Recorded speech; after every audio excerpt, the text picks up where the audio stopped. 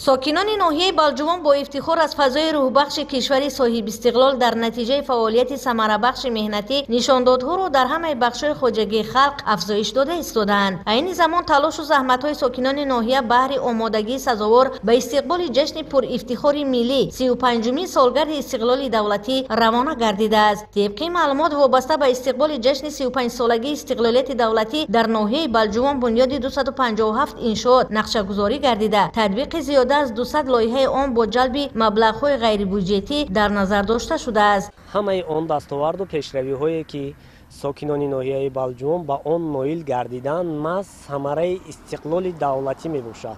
امروز ساکنان ناحیه با شکرگزاری از ثمره استقلال یکدلانه در آبادانی ناحیه سهمگذاری کرده ایستادند.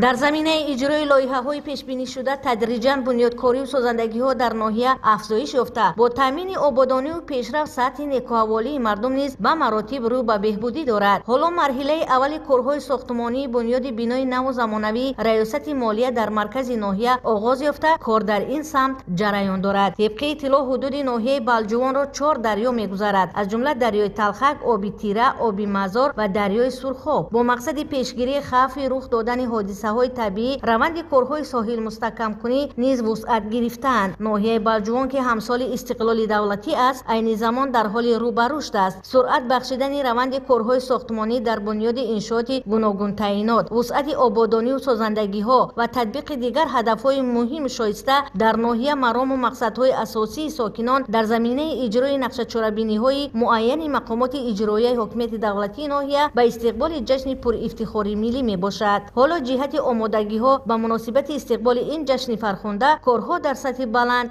جریان دارند. خیرین سامرادزاده محمدی میرزا، ناحیه بلجوان، اخبار.